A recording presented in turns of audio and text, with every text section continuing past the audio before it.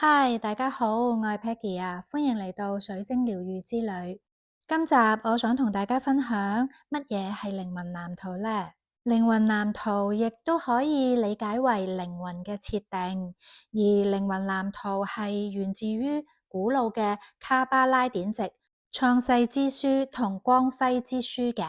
書裏面經常會提及實相嘅創造係嚟自於聲音㗎。呢個就係呢兩本書嘅核心概念，所以好多研究靈魂藍圖系統嘅老師都會透過姓名嘅聲音震動頻率嚟連結你呢一世嘅靈魂藍圖㗎。靈魂藍圖其實係指我哋嘅靈魂喺投胎之前為下一世所規劃嘅劇本、地圖或者計劃書，而靈魂藍圖多數係由我哋嘅靈魂同一位或者幾位嘅指導靈開會討論之後完成嘅計劃。靈魂同指導靈會根據累世業力嘅糾纏同埋印記嚟選擇下一世呢一個人嘅思言行、磁場運勢、人生際遇、命運模式等等，去體驗課題同埋劇本嘅。事實上，每個人喺自己嘅呢一世裏面所擁有嘅人生角色、經驗、故事，都唔係隨機發生㗎，而係靈魂精心嘅設計同埋安排。其實我哋每個靈魂都經歷過好多好多唔同嘅探索過程㗎，唔止係今世，你嘅靈魂可能喺好多星球同次元都各有好多嘅片段記憶同累積落嚟嘅經驗，先至成為今日你誕生之前課題嘅基本元素。而且一定要等靈魂完成所有嘅計劃之後，先至可以回歸源頭㗎。而呢份計劃書嘅目的係令你能夠喺呢個軀體裏面，透過生老病死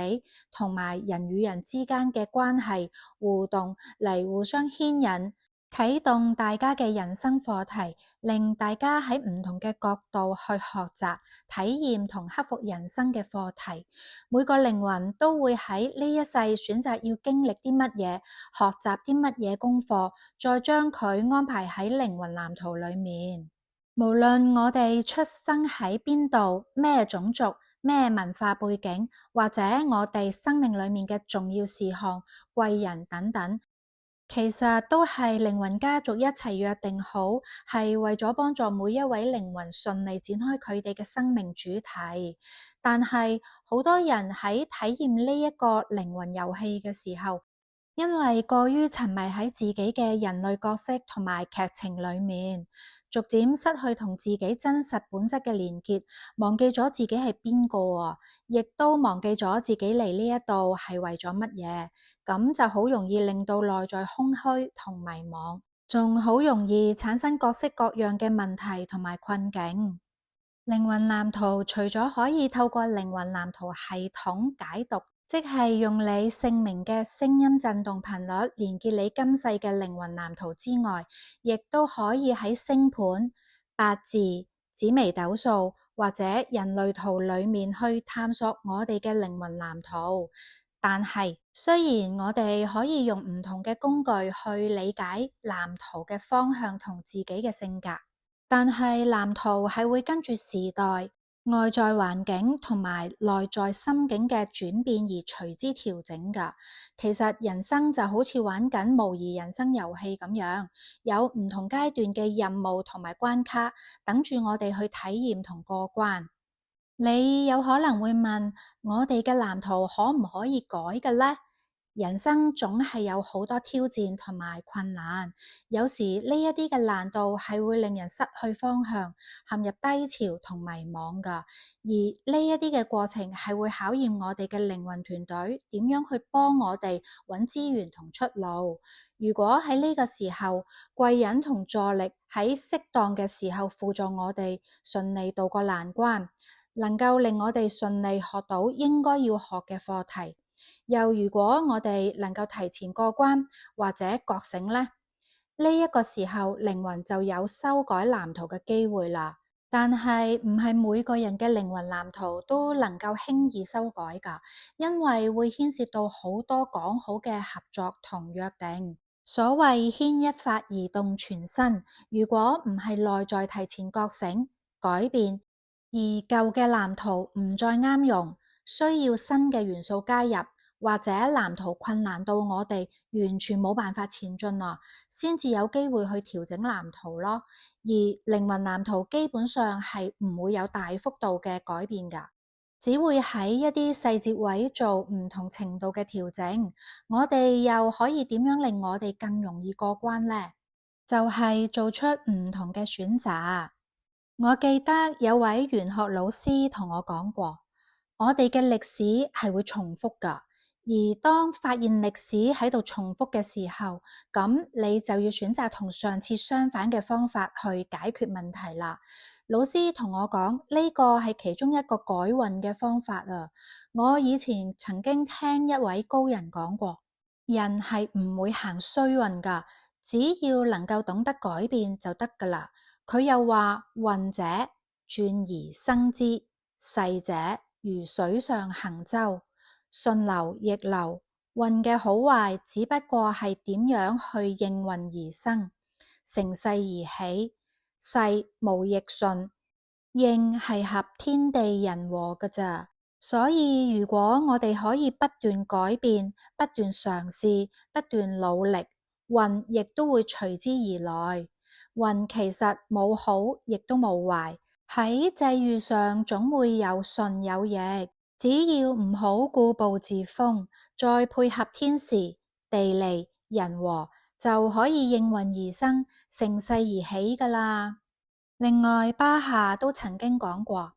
巴夏自稱係嚟自愛沙尼尼星嘅第五密度外星人，佢話歷史係會重演㗎。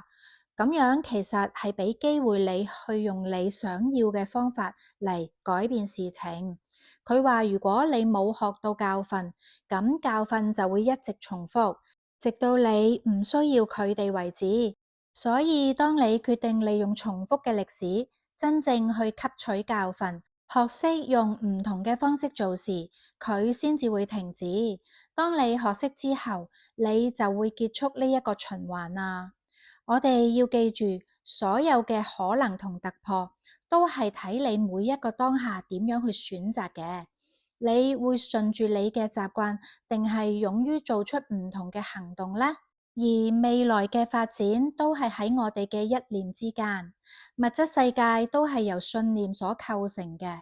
當你能夠意識到自己嘅習性同問題，願意去認識自己，面對自己，咁未來嘅藍圖就有機會突破，甚至提前過關添啊！仲有就係八字裏面嘅十神，例如正官、偏財、食神，同埋五行嘅金、木、水、火、土，仲有紫微斗數裏面嘅七殺、破軍、廉貞同貪狼等等，其實都係情緒嘅投射。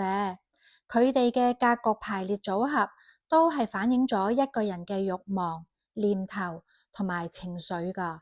例如貪狼、廉貞係代表貪求同情色嘅情緒，而七殺、破軍就代表咗自尊、自傲同憤怒嘅情緒。八字同紫微斗數嘅命盤，其實就係情緒嘅組合。當我哋俾情緒牽引嘅時候，呢啲情緒會投射到我哋嘅命運裏面而形成命盤。特別係當大運流年走到某一個位置嘅時候，呢啲情緒同埋無數嘅念頭會被激發，進而影響我哋嘅行為同埋選擇，最終就會塑造我哋嘅命運啦。咁我哋又可以點樣打破命運嘅枷鎖呢？就係釋放情緒啦。當你釋放咗呢一啲情緒之後，命盤裏面嘅星象同埋格局就唔再對你產生影響啦。即係話命運嘅預測就唔再準確啦，因為你已經超越咗情緒嘅束縛。我哋又可以點樣去實踐呢？第一就係嘗試去覺察情緒。當你覺得某一種情緒要升起嘅時候，唔好壓抑佢，亦都唔好用頭腦去分析佢，而係靜靜地去觀察佢，因為咁樣嘅觀察係蘊含住理解同埋智慧㗎。第二就係釋放情緒，話俾自己聽，我願意釋放呢一啲嘅情緒，跟住俾佢自然流走。第三就係重複練習，每日用幾分鐘時間釋放當日嘅情緒，逐漸你會發覺自己變得更加平靜同埋自由。記住，情緒只係過客，你先至係生命嘅主人啊！我曾經睇過一本書，叫做《靈魂出生前的計劃》，你與生命最勇敢的約定，作者係羅伯特·舒華茲。書裏面提到作者透過12個人生挑戰嘅真實案例，揭示咗人生困境同埋痛苦嘅療癒意義，令遭受苦難嘅人理解到種種嘅挑戰其實都係自己靈魂嘅選擇同埋安排，為嘅係要學習自己想要體驗嘅能量或者課題，從而獲得療癒。咁樣我哋就能夠明白生命嘅磨難並唔係一種懲罰，而係一份釋放同成長嘅禮物。而呢本書裏面提到用好多潛意識嘅角度去睇生命嘅進程㗎，我都好推薦有興趣嘅朋友去睇下呢本書。